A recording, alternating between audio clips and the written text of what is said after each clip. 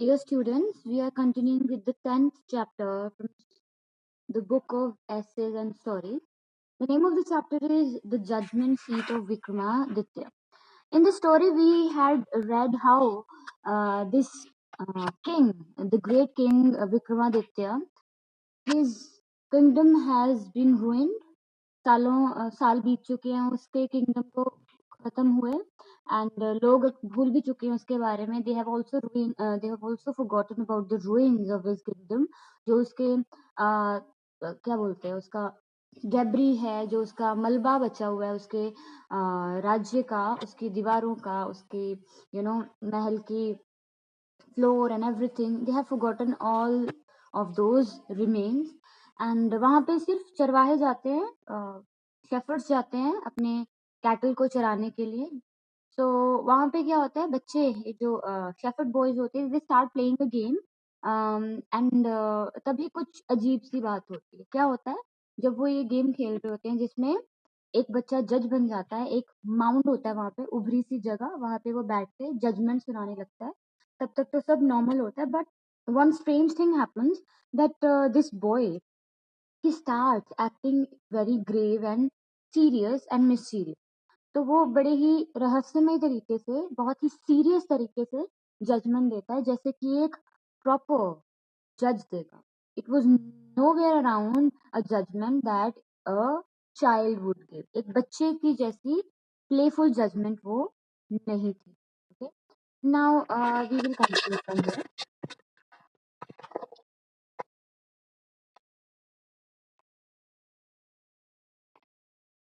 I am starting from the last para. The boys were a little frighten. जब उन्होंने देखा कि ये इतने सीरियस और इतने जस्ट तरीके से इंसाफ कर रहा है, तो सब थोड़े डर गए. Frighten mean they got scared. For दो they could not appreciate the judgment, yet his tone and manner were strange and impressive. हालांकि वो बच्चे थे तो वो appreciate the judgment मतलब वो समझ नहीं सकते थे. appreciate होता है to like, पसंद करना. बट यहाँ पे मतलब they could not comprehend understand the judgement. वो समझ नहीं पाए क्योंकि वो बच्चे थे. लेकिन उसका टोन, उसका बोलने का जो टोन था, ठीक है, और मैनर, मैनर मतलब तरीका, the way he talk, they were very strange and impressive. तो वो बहुत इम्प्रेसिव लगा, अलग लगा. Still they thought it was fun. फिर भी उनको मजा आया कि ये तो बड़ी एंजॉयमेंट वाली बात है. And went away again with a good deal more whispering and connected another case. लेकिन फिर भी उनको enjoyable लगा और वो एक और केस बना के ले आए and they started enjoying with the game. Now once more they put it to their judge. फिर से उस नए केस को उन्होंने जज के सामने रखा. And once more he gave a reply. फिर से उसने जस्टिस दिया as it were out of the depth of long experience. ऐसा जजमेंट दिया जो कि बड़े लंबे एक्सपीरियंस के बाद ही कोई दे सकता है. ठीक है, with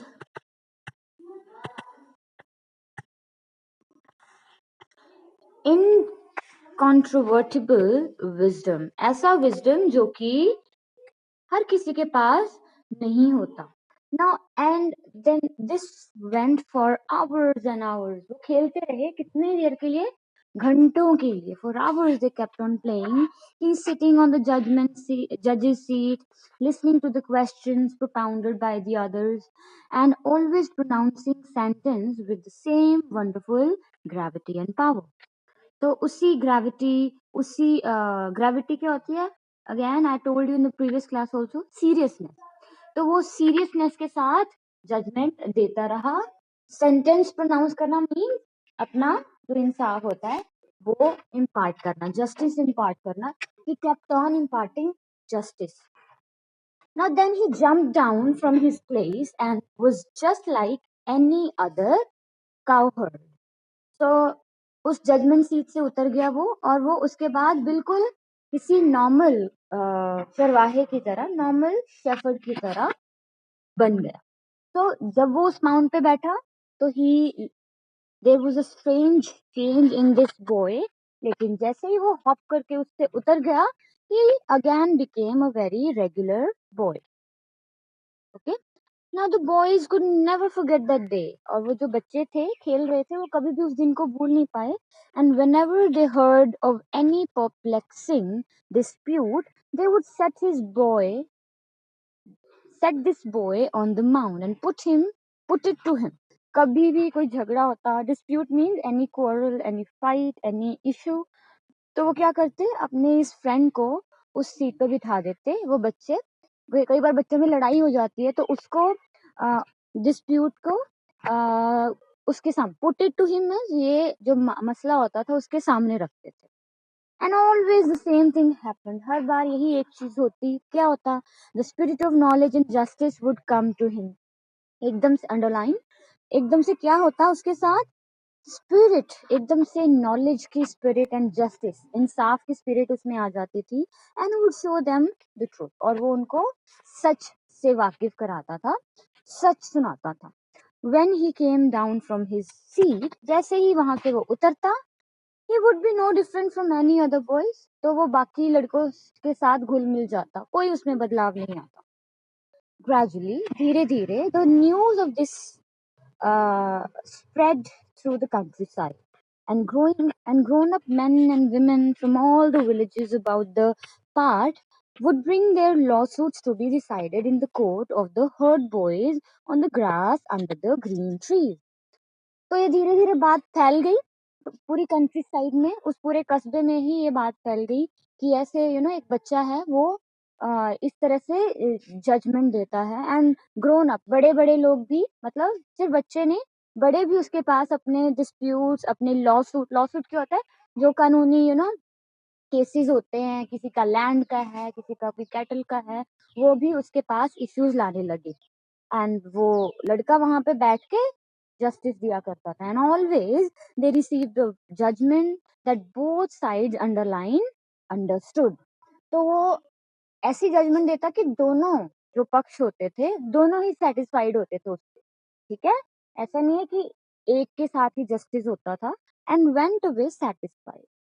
So all the disputes in that neighborhood were settled. तो सब वहाँ के जो मसले थे, जो कि राजा से भी नहीं हल होते थे, लोकल अथॉरिटी से भी नहीं होते थे, वो उसने हल कर दिए. Now Ujjain had long ceased to be a capital. तो विक्रमादित्य के टाइम पे तो उज्जैन नगरी राजधानी थी, लेकिन अब ऐसा नहीं था. लॉन्ग सीज्ड का मतलब, सीज होता है स्टॉप्ड बीइंग द कैपिटल. अब वो राजधानी नहीं थी. And the king now lived very far away. अब राजा बहुत दूर रहता था. And hence it was some time before he heard the story. तो उसको सुनने में थोड़ा सा टाइम लग गया ये कहानी. And at last however it came to his ear. लेकिन अल्टीमेटली उसने भी ये कहानी सुनी. Why that boy must have sat on the judgement seat of Vikramaditya. He spoke without thinking, but all around him were learned men who knew the chronicles. कहते क्यों ये लड़का, why that boy, मतलब पक्का कहता है ये लड़का जो है वो विक्रमादित्य के सिंहासन पे बैठता है वो. एंड उसने बिना सोचे ऐसे ही बोल दिया, क्योंकि और कोई चीज एक्सप्लेन ही नहीं कर सकती थी इस चीज को. अब हमने पढ़ा था in the beginning of the chapter that कोई भी अगर अच्छा जस्टिस करता था तो वो क्या कहा करते थे लोग अभी भी?